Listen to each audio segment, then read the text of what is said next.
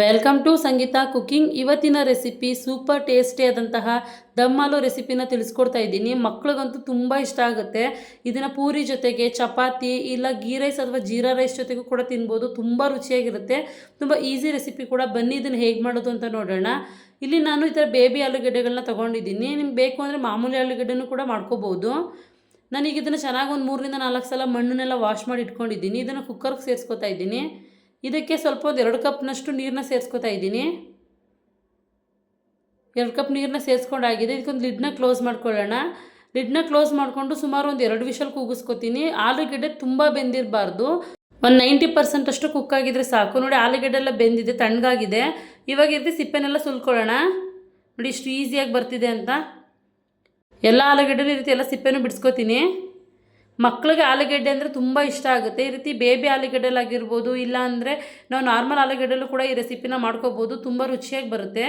ಈಗ ನೋಡಿ, ಎಲ್ಲ ಸಿಪ್ಪೆನೂ ಸುಲಿದಾದ್ಮೇಲೆ ಈ ರೀತಿ ಸ್ಪೂನಲ್ಲಿ ಈ ಥರ ಚುಚ್ಕೋಬೇಕು. ಈ ರೀತಿ ಎಲ್ಲ ಕಡೆ ನಾವು ಹೋಲ್ ಮಾಡ್ಕೊಳ್ಳೋದ್ರಿಂದ ಮಸಾಲೆ ಎಲ್ಲ ಒಳಗಡೆ ಹೋಗುತ್ತೆ. ಎಲ್ಲ ಆಲೂಗಡ್ಡೆಗೂ ನೋಡಿ ಈ ರೀತಿ ನಾನು ಚುಚ್ಕೋತಾ ಇದ್ದೀನಿ.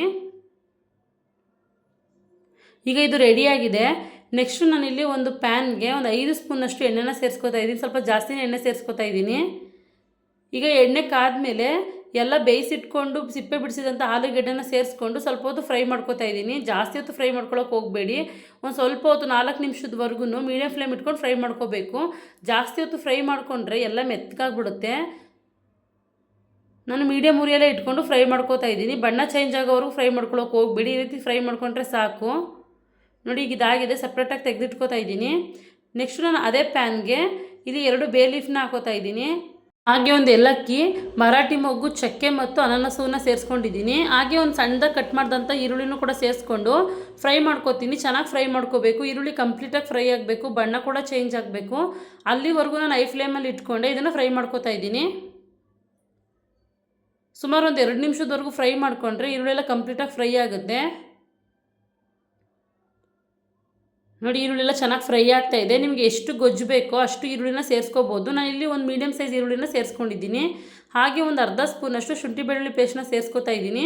ಶುಂಠಿ ಬೆಳ್ಳುಳ್ಳಿ ಪೇಸ್ಟ್ನು ಕೂಡ ಎಣ್ಣೆಯಲ್ಲಿ ಸ್ವಲ್ಪ ಹೊತ್ತು ಫ್ರೈ ಮಾಡ್ಕೋಬೇಕು. ನೀಟಾಗೆಲ್ಲ ಫ್ರೈ ಆಗಲಿ, ಹಸಿ ವಾಸನೆ ಎಲ್ಲ ಕಡಿಮೆ ಆಗುತ್ತೆ. ಇವಾಗ ಇದಕ್ಕೆ ನಾನು ಒಂದು ಅರ್ಧ ಸ್ಪೂನ್ನಷ್ಟು ಕಡಲೆ ಹಿಟ್ಟನ್ನ ತೊಗೊಂಡಿದ್ದೀನಿ. ಕಡಲೆ ಹಿಟ್ಟನ್ನ ಸೇರಿಸ್ಕೊಂಡು ಅದನ್ನು ಎಣ್ಣೆಯಲ್ಲಿ ಫ್ರೈ ಮಾಡ್ಕೋಬೇಕು.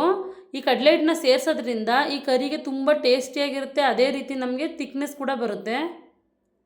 ಈಗ ನೋಡಿ, ಎಣ್ಣೆಯಲ್ಲಿ ಫ್ರೈ ಮಾಡ್ಕೊಂಡಿದ್ದೀನಿ. ಹಸಿ ವಾಸನೆ ಎಲ್ಲ ಕಡಿಮೆ ಆಗಿದೆ.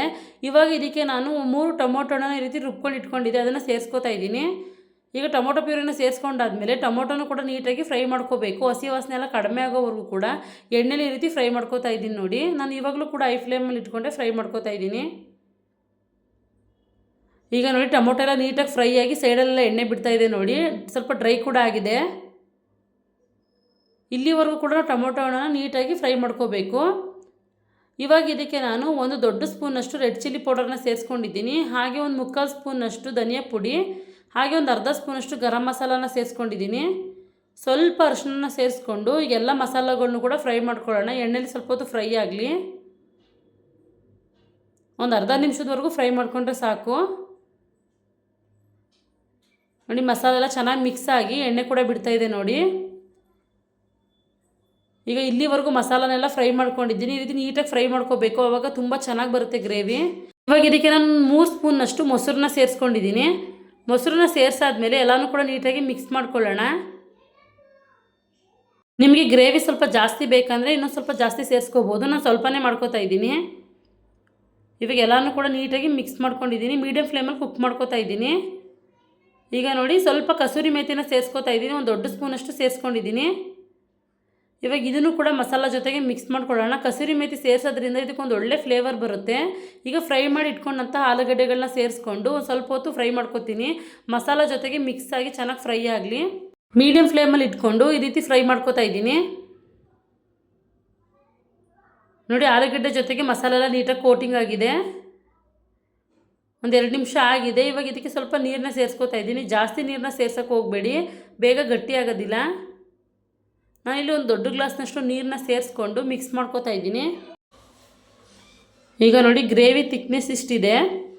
ಇವಾಗ ರುಚಿಗೆ ತಕ್ಕಷ್ಟು ಉಪ್ಪನ್ನ ಸೇರಿಸ್ಕೊತಾ ಇದ್ದೀನಿ. ಉಪ್ಪನ್ನ ಸೇರಿಸಾದ್ಮೇಲೆ ಒಂದು ಸಲ ಮಿಕ್ಸ್ ಮಾಡ್ಕೊಳ್ಳೋಣ. ಈಗ ನೋಡಿ ಎಲ್ಲನೂ ಕೂಡ ಮಿಕ್ಸ್ ಮಾಡ್ಕೊಂಡು ಇದಾಗಿದೆ. ಇವಾಗ ಇದಕ್ಕೊಂದು ಲಿಡ್ನ ಕ್ಲೋಸ್ ಮಾಡಿ ಮೀಡಿಯಮ್ ಫ್ಲೇಮಲ್ಲಿ 10 ನಿಮಿಷದವರೆಗೂ ಕುಕ್ ಮಾಡ್ಕೋತೀನಿ. ಮಧ್ಯದಲ್ಲಿ ಒಂದ್ಸಲ ನಾನು ಲಿಡ್ನ ತೆಗೆದ್ಬಿಟ್ಟು ಒಂದ್ಸಲ ಮಿಕ್ಸ್ ಮಾಡ್ಕೋತೀನಿ, ತಳ ಹತ್ಬಿಡುತ್ತೆ.